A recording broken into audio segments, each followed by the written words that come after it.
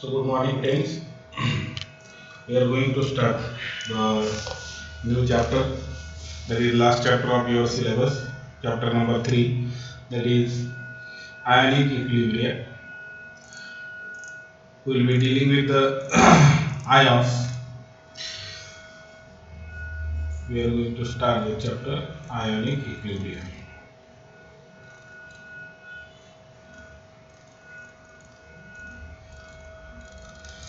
In the last chapter we have studied the reversible reaction, that is equilibrium reaction, that is for the gaseous, solids as well as liquid. In this chapter, we will be studying the concept of ionic equilibria involving ionization or dissociation of weak electrolytes or weak acids or weak bases in the aqueous solution, and as well as we will learn in this chapter common ion effect, pH scale, hydrolytic ionization of the salt, ionization of the sparingly soluble salts, etc., in details in this chapter. So let's start. What is an electrolyte or what is the non-electrolyte? First, electrolyte and non-electrolyte.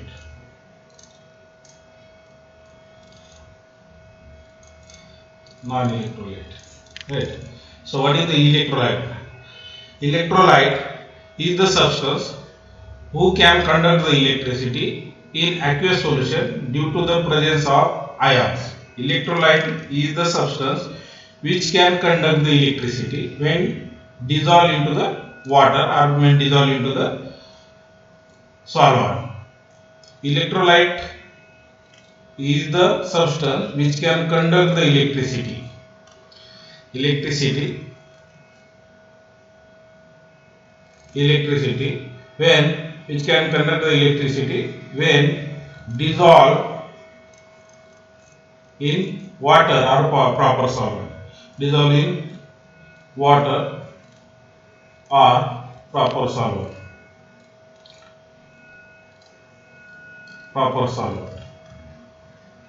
Right. Non-electrolyte is the substance which cannot conduct the electricity, who cannot conduct the electricity when dissolved in the water or in the proper solvent. The example of these electrolytes are any salts, acids, bases, etc. These are the examples of the electrolyte. And examples of the non-electrolytes are sucrose, glucose, urea, hydrocarbons,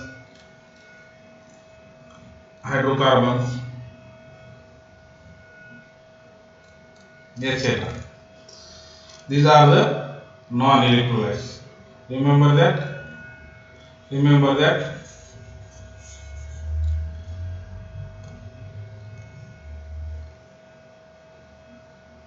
Non-electrolyte doesn't conduct the electricity, and electrolyte conduct the electricity when dissolved into the proper solvent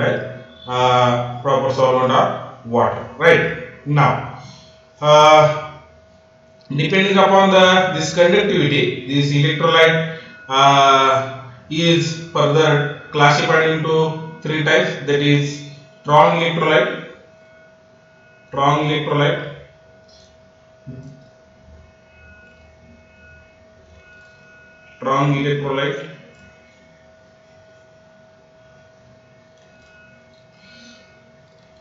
weak electrolyte,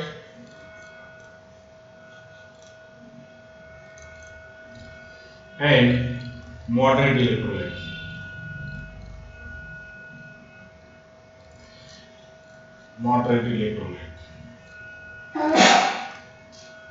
Strong electrolyte. The electrolyte, when dissolved in water, ionize or dissociate completely, almost completely, are known as the strong electrolyte. The examples of all the acids, strong acids, H2SO4, HCl, and HBr, bases, strong bases, NaOH, KOH, etc. These are the strong electrolyte. Strong electrolyte is what? The electrolyte when dissolved into the water, it can dissociate or ionize nearly completely, almost completely dissolves into the water,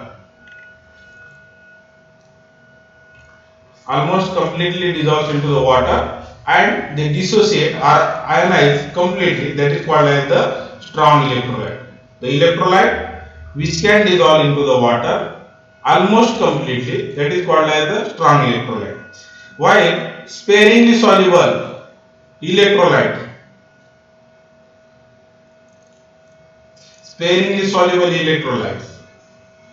nearly 10%, below than 10%, below the 5%,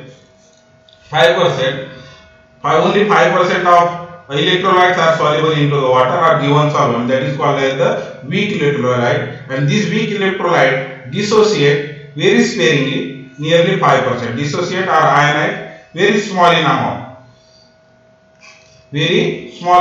how much?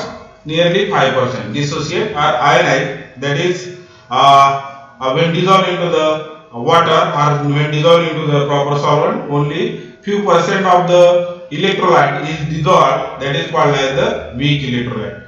Moderate electrolyte, the example of the weak electrolytes are acetic acid,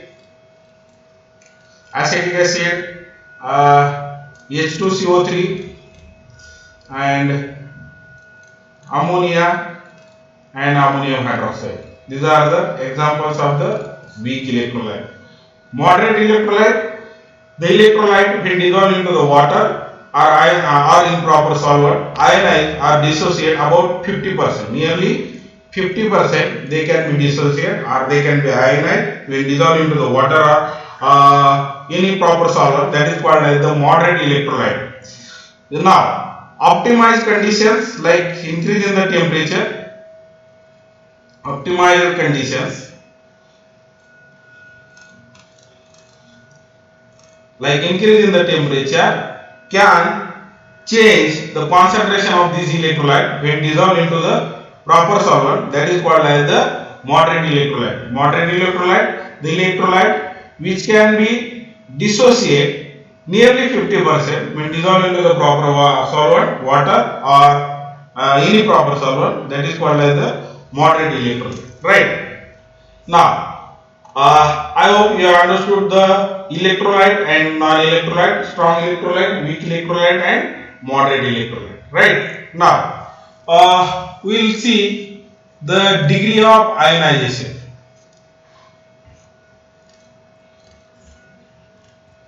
Degree of ionization.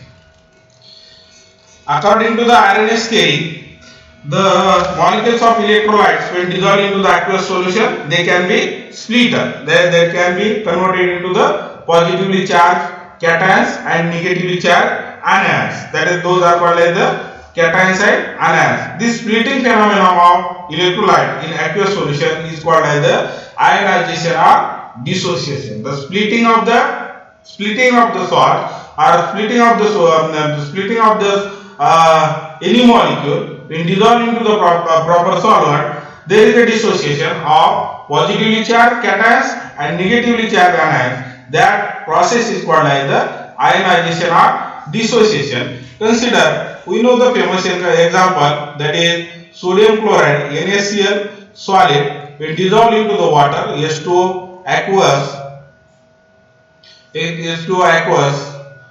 again that can give Na plus aqueous plus Cl minus aqueous. Right. Again, this salt, these ions can recombine to form the NaCl. Therefore, the reversible reaction is there. Now, right. Another example, magnesium chloride MgCl2 solid when dissolved into the water, H2O aqueous. Again, what will form? They will form Mg2 plus aqueous plus 2Cl minus aqueous. Right. The ions produced by the ionization of electrolyte combine back to give the undissociated molecule. These undissociated molecule, these ions can combine back. There exists the equilibrium between the ions produced undissociated molecule and dissociated molecule. There is equilibrium, dissociated molecule and undissociated molecule. This ion dissociate into this Mg2 plus and Cl2 minus, like that. Again these ions can recombine back, again there is formation of MgCl2, and after some time there exists the equilibrium. There exists the equilibrium, right? That is called as the ionic equilibrium. Ionic equilibrium. Ionic equilibrium. What is the ionic equilibrium? The salt when dissolved into the water, there is a dissociation of the salt, that is positively charged cation and negatively charged anion. Again these cations and anions recombine to form the salt, and after some time there is a equilibrium between the positively charged cations and anions as well as the salt, that is called as the ionic equilibrium. That is the fraction of total number of molecules of electrolyte that split or ionize into the cations or anions is called as the degree of ionization. I will repeat. The fraction of total number of molecules of electrolyte or salt that can be split or ionized into the cations and anions, that is called as the degree of ionization. Remember that. What is the degree of ionization or degree of dissociation? The fraction of total number of molecules of the electrolyte or salt that can be split or ionized into the cations and anions, that is called as the degree of ionization or degree of dissociation. Therefore, degree of ionization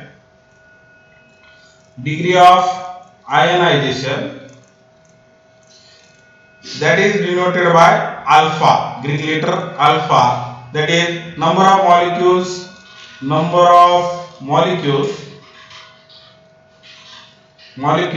ionized or dissociated divided by total number of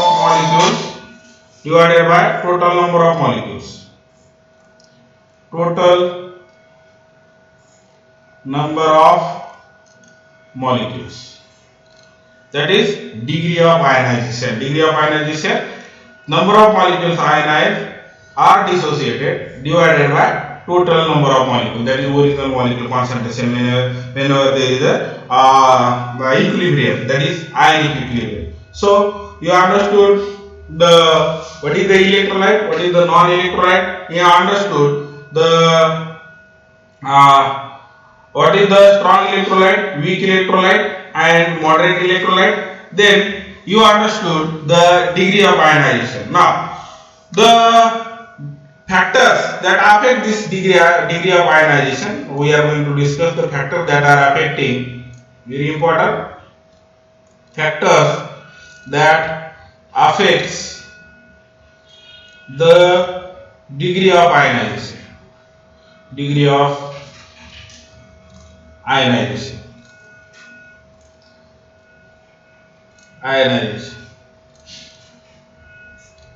What is the degree of ionization? That we have discussed right now, right? So factors that affect the degree of ionization are: number one, nature of the electrolyte.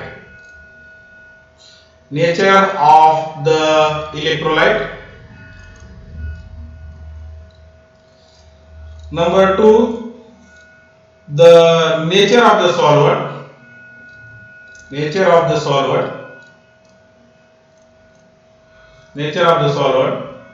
Number three is the concentration of the electrolyte.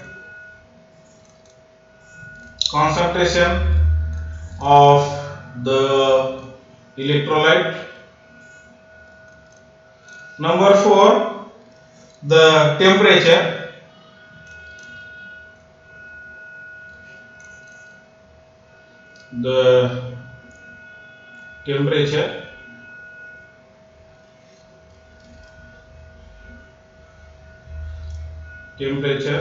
And number five, the common ions.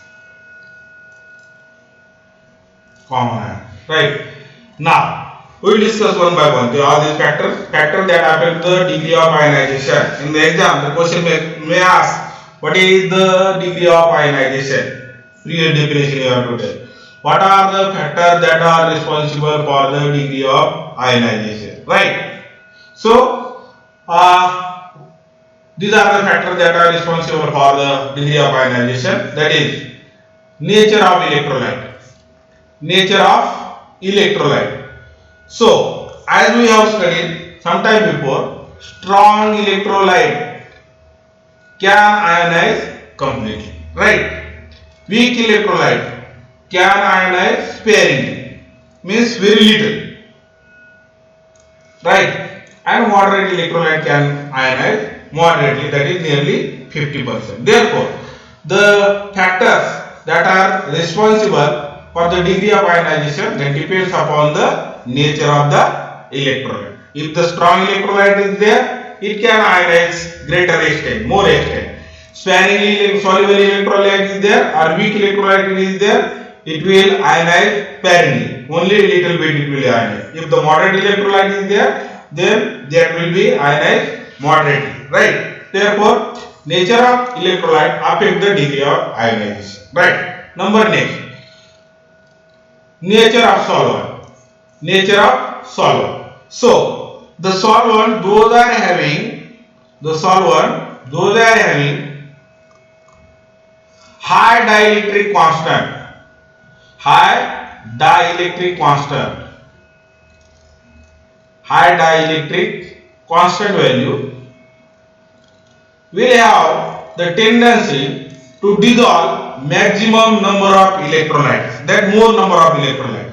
The water which is having the very high dielectric constant. Therefore, we say that water is the universal solvent. Any electrolyte or any salt can be dissolved into the water. Therefore, water is the universal solvent. Why we can say that this is the universal solvent? Because it is having the high dielectric constant value. Therefore, if we use the solvent as a benzene to dissolve some salt, that will have the very low dielectric constant value. Therefore, a very less amount of the electrolyte will be dissolved into the solvent like benzene, methanol, ethanol, butanol, propanol, right?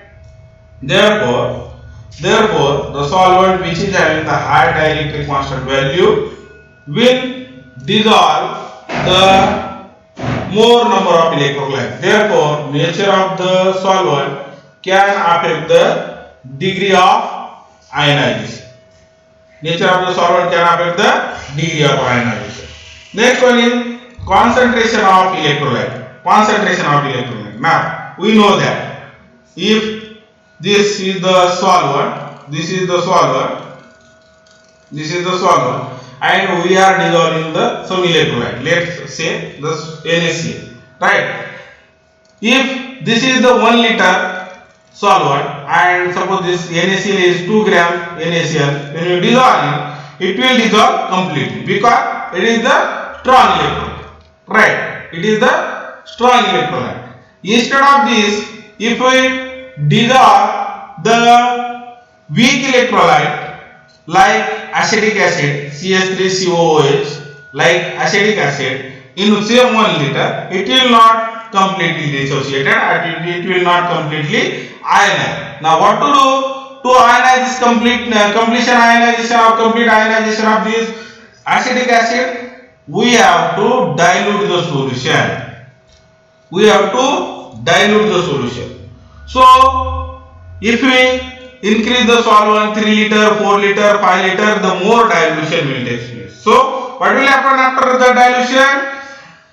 As the dilute solution, the ions that are formed in the solution move far apart. Means Na is this CH3 COO is apart from this H plus. Therefore, chances of recombination of this ion is less. Therefore, as well as repulsive forces is less. repulsive forces is less, therefore the ion becomes negligible. The ion becomes negligible. The forces, repulsive forces between the ion becomes negligible, and ionization and dissociation increases. Remember that as the dilution increases, means concentration decreases. If the less concentration is there, the more ionization of weak as well as strong electrolyte will take place. Remember that more ionization means that will dissociate completely. Whether it can be the weak electrolyte as well as strong electrolyte. Why? The recombination of process is slowed down due to the dilution. The repulsive or attractive forces is less predominant in the dilute solution. Therefore, concentration of the solution also affect the degree of ionization. Remember that. Right. Number next, temperature. Temperature. Now, suppose this is the glass of water, and we are dissolving the NaCl, sodium chloride. That is ion we are dissolving in this glass of water. Right. This dissolution process or ionization process or dissociation process is the endothermic. So what is meant by endothermic? The process in which heat is absorbed. Right? Heat is absorbed. The ionization or dissociation is the endothermic process. Therefore, due to the endothermic process, the ionization or dissociation is the endothermic process. Due to the endothermic process, if we increase the temperature of this dissociation increases. The dissociation increases. Increasing the temperature, the dissociation increases. Right? Remember that. Therefore, the temperature also affects the degree of ionization. Remember that. The temperature also affects the degree of ionization. Number next is what? Common ion. So, the presence of common ion tend to reduce the degree of ionization, also known as the common ion effect. Example, ionization of ammonium hydroxide, NH4OH. Ionization of ammonium hydroxide in presence of ammonium chloride. If ammonium chloride is there, NH4Cl is there, this NH4 and this NH4OH, ammonium hydroxide, dissociate into NH4 plus OH minus, this aqueous ammonium hydroxide, right? In aqueous media, right? The dissociation of this NH4 plus and OH minus decreases if in that solution already NH4Cl is there. Why it decreases? Due to the common ion. This NH4 is the common ion. That therefore presence of common ion in the solution also affects the degree of ionization. Remember that the presence of common ion in the solution also affects the degree of ionization. Right? Number next. It's all about the factors affecting the degree of ionization. Now we will calculate the ionization constant for the weak acid. Ionization constant for weak acids.